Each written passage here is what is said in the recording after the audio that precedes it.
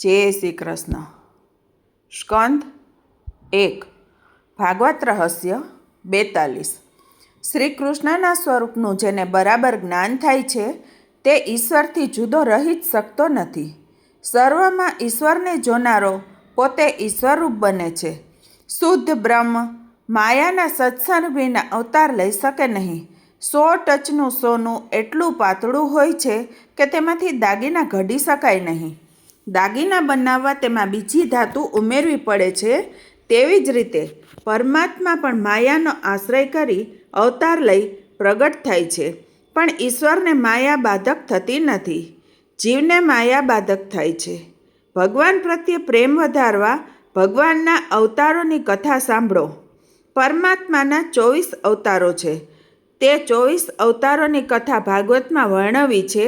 તે કથાઓનું શ્રવણ કરવાથી પરીક્ષિતને મોક્ષ મળ્યો છે. ધર્મનું સ્થાપન અને જીવોનો ઉદ્ધાર કરવા પરમાત્મા અવતાર ધારણ કરે છે. લાલાજીનો અવતાર તમારા ઘરમાં થવો જોઈએ, મંદિરમાં નહીં. માનવ શરીર એ ઘર છે, પરંતુ આપણે આપણા ઘરમાં કે હૃદયમાં પરમાત્મા માટે જગા જ ક્યાં રહેવા દીધી છે? તેથી તો લાલાને કારાગારમાં જન્મ લેવો પડ્યો. પહેલો અવતાર સનતકુમારોનો છે. તે બ્રહ્મચર્યનું પ્રતીક છે. કોઈ પણ ધર્મમાં બ્રહ્મચર્ય પ્રથમ આવે છે. બ્રહ્મચર્ય વગર મન સ્થિર થતું નથી. બ્રહ્મચર્યથી મન, બુદ્ધિ, અહંકાર પવિત્ર થાય છે. અંતઃકરણ શુદ્ધ થાય છે. પહેલું પગથિયું છે બ્રહ્મચર્ય. બીજો અવતાર છે વરાહનો. વરાહ એટલે શ્રેષ્ઠ દિવસ. જે દિવસે સત્કર્મ થાય તે શ્રેષ્ઠ દિવસ. સત્કર્મમાં લોભ વિઘ્ન કરવા આવે છે. લોભને સંતોષથી મારવો. વરાહ અવતાર સંતોષનો અવતાર છે. પ્રાપ્ત સ્થિતિમાં સંતોષ માનો એ વરાહ અવતારનું રહસ્ય છે. ત્રીજો અવતાર નારદજીનો. એ ભક્તિનો અવતાર છે. બ્રહ્મચર્ય પાળે અને પ્રાપ્ત સ્થિતિમાં સંતોષ માને ત્યારે નારદ એટલે ભક્તિ મળે. નારદજી ભક્તિ માર્ગના આચાર્ય છે. ચોથો અવતાર નર નારાયણનો.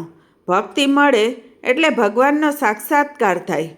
ભક્તિ દ્વારા ભગવાન મળે છે, પણ ભક્તિ જ્ઞાન વૈરાગ્ય વગર હોય તો તે દ્રઢ થશે નહીં. ભક્તિ જ્ઞાન વૈરાગ્ય જોડે આવવી જોઈએ. એટલે પાંચમો અવતાર કપિલદેવનો છે. કપિલદેવ જ્ઞાન વૈરાગ્યનું પ્રતીક છે. છઠ્ઠો અવતાર દત્તાત્રેયનો. ઉપરના 5 ગુણો બ્રહ્મચર્ય, સંતોષ, ભક્તિ, જ્ઞાન અને વૈરાગ્ય તમારામાં આવશે તો તમે અત્રી થશો ને ભગવાન તમારે ત્યાં આવશે. ઉપરના 6 અવતારો બ્રાહ્મણ માટેના. 7મો અવતાર યજ્ઞનો. 8મો ઋષભદેવનો. 9મો પૃથુરાજાનો. 10મો મત્સ્યનારાયણનો. આ અવતારો ક્ષત્રિયો માટેના છે. ક્ષત્રિય ધર્મનો આદર્શ બતાવવા માટેના છે. 11મો અવતાર કુર્મનો. 12મો ધન્વંતરીનો. 13મો મોહિની નારાયણનો. આ અવતારો વૈશ્ય માટેના છે. આ અવતારોમાં વૈશ્યના જેવી લીલા પ્રભુએ કરી છે. 14મો અવતાર ઋષિ સ્વામીનો. એ પૃષ્ટિનો અવતાર છે. ભક્ત પ્રહલાદ પર કૃપા કરવા અવતાર ધારણ કર્યો છે. પ્રહલાદ જેવી દ્રષ્ટિથી જુઓ તો થાંભલામાં ભગવાનના દર્શન થશે. ઈશ્વરની સર્વ વ્યાપકતાનો અનુભવ થશે. 15મો અવતાર વામન ભગવાનનો. પરમાત્મા મોટા છે તો બલિરાજા સામે વામન નાના બન્યા છે. બલિરાજા કે જેમના માથા પર ભક્તિનું નીતિનું છત્ર છે અને ધર્મનું બખ્તર પહેર્યું છે, તેને ભગવાન પણ મારી શકે નહીં. ભગવાનને નાના બનવું પડ્યું છે. 16મો અવતાર પરશુરામનો છે. આ આવેશ અવતાર છે. 17મો અવતાર વ્યાસ નારાયણનો જ્ઞાનાવતાર છે. 18મો અવતાર રામજીનો. તે મર્યાદા પુરુષોત્તમનો અવતાર છે. રામજીની જેમ મર્યાદાનું પાલન કરો એટલે તમારામાંનો કામ મારશે અને પછી કનૈયો આવશે. 19મો અવતાર શ્રી કૃષ્ણનો છે. શ્રી કૃષ્ણ તો સ્વયં ભગવાન છે. રામ કૃષ્ણ એક જ છે. એક બપોરે 12 વાગે જન્મે છે, બીજા રાત્રે 12 વાગે જન્મે છે. મનુષ્ય બપોરે ભૂખથી ભાન ભૂલે છે, રાતે કામ સુખની યાદથી ભાન ભૂલે છે. દિવસે રામજીને અને રાતે કૃષ્ણને યાદ કરો તો તે બંને સમયે ભગવાનની કૃપા થશે. એકનાથજીએ આ બંને અવતારોની સુંદર તુલના કરી છે. રામજી રાજમહેલમાં પધારે છે, કનૈયો કારાગૃહમાં. એકના નામના સરળ અક્ષર, બીજાના જોડાક્ષર. ભણતરમાં સરળ અક્ષર પહેલાં ભણાવે છે, જોડાક્ષર પછી. રામજીની મર્યાદા પાડો, તે પછી કૃષ્ણ અવતાર થશે. આ બે સાક્ષાત પૂર્ણ પુરુષોત્તમના અવતાર છે. બાકીના બધા અવતારો અંશાવતાર છે.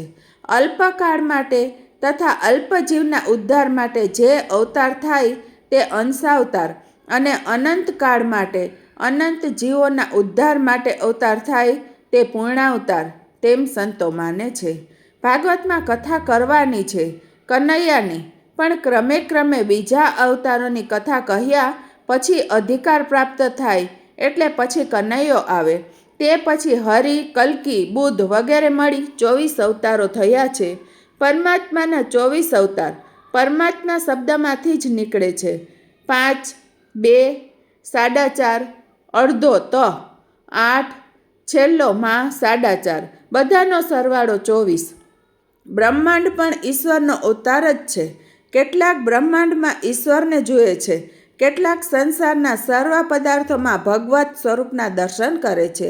સ્થૂળ સૂક્ષ્મ શરીરનું અવિદ્યાથી આત્મામાં આરોપણ કરવામાં આવે છે, પણ જે અવસ્થામાં આત્મા સ્વરૂપના જ્ઞાનથી આ આરોપણ દૂર થઈ જાય તે સમયે બ્રહ્મનો સાક્ષાત્કાર થાય છે. આ સિદ્ધાંત સમજાવ્યો છે. મિત્રો, આવતા વિડીયોમાં ભાગવત રહસ્ય 43 બતાવ.